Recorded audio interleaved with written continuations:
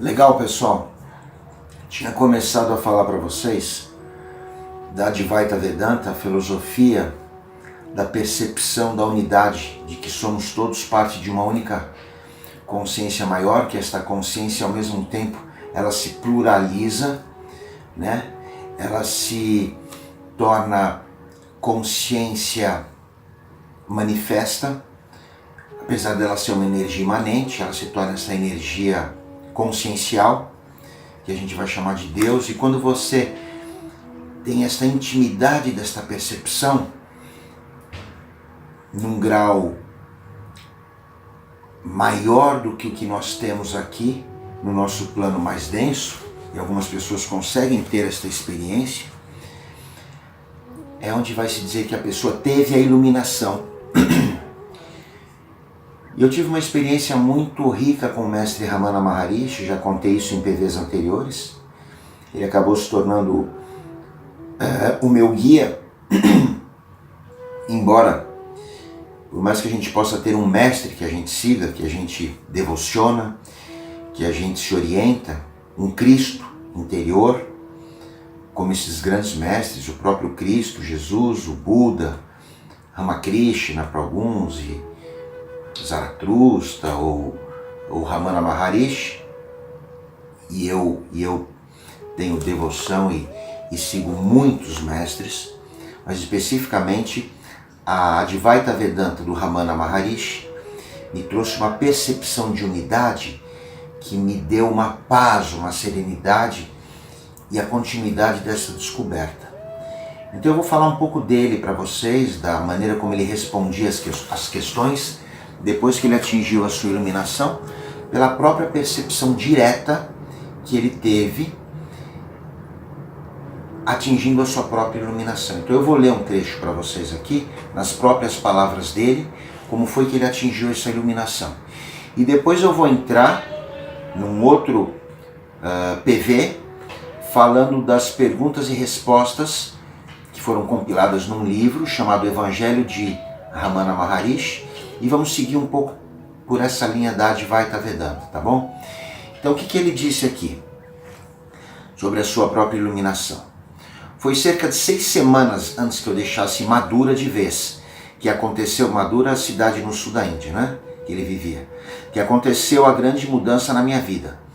Fui bastante inspirado, eu estava a sós numa sala do primeiro andar da casa do meu tio, e eu raramente fico doente, e naquele dia minha saúde era perfeita, mas um repentino temor da morte apossou-se de mim. Nada no meu estado de saúde justificava tal coisa, eu não tentei encontrar qualquer explicação, nem tampouco saber se havia alguma razão para aquele temor. Sentia apenas que ia morrer e comecei a pensar no que devia fazer. Não me ocorreu consultar um médico ou os mais velhos, ou talvez os amigos. Eu percebia que teria que enfrentar este problema sozinho, resolvendo-o de pronto ali mesmo. O choque produzido pelo temor da morte fez com que a minha mente se voltasse para dentro. E eu disse para comigo mesmo, sem chegar, na verdade, a articular palavras: a morte chegou. E o que significa ela? O que estará morrendo? Este corpo morre. E eu imediatamente dramatizei a ocorrência da morte. Deitei-me com os membros distendidos, como se o rigor mortis já houvesse tomado conta de mim, e imitei um cadáver a fim de emprestar maior realismo à investigação. Sustei a respiração e mantive os lábios bem apertados, de modo que nenhum som escapasse, de modo que nem outra qualquer palavra pudesse ser pronunciada. Pois bem, disse de mim para comigo, este corpo está morto. Será transportado para o crematório e ali queimado e reduzido a cinzas. Mas com a morte deste corpo eu estarei morto? Serei eu este corpo? Ele está silencioso e inerte, mas sinto toda a força da minha personalidade e até mesmo ouço a voz do eu dentro de mim, totalmente apartada dentro do corpo. De modo que sou espírito transcendendo o corpo.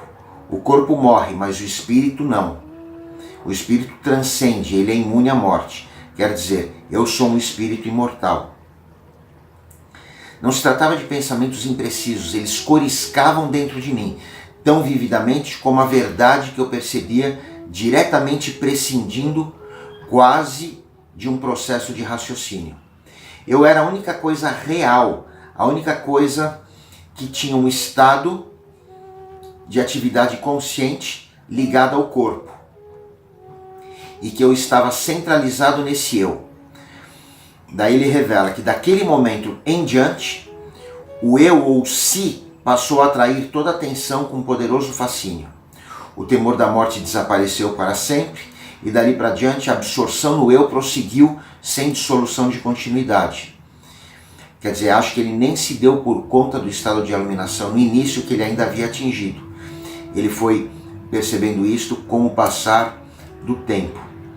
Dali por diante a absorção no eu prosseguiu sem dissolução de continuidade e outros pensamentos poderiam ir e vir com as diferentes notas de uma melodia, mas o eu continuava como a nota Sruti, que é uma tautofonia que se apresenta através de todas as melodias hindus, assim como o fio que se prendem às contas de um colar, representando o eu surgindo em todas as formas de ser. É assim que ele começou a se perceber e a tudo à sua volta.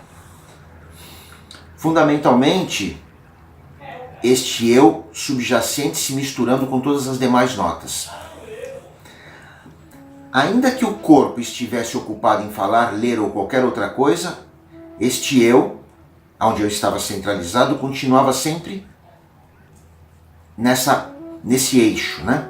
Anteriormente àquela crise eu não tinha percepção clara do meu eu e não me sentia atraído conscientemente por ele. Não sentia qualquer interesse perceptível ou direto por este eu, muito menos qualquer indicação para manter-me nele em caráter permanente. Porém, com o passar dos anos, esta consciência foi apagando os últimos vestígios de identificação. Para um garoto que pouco sabia sobre os escritos e as práticas orientais, né? Este aprendizado se tornou natural sobre a vida, pois emanava direto do ser claro e transparente, que irradiava cada vez mais uma atmosfera de bem-aventurança, e assim ele permaneceu nesse estado.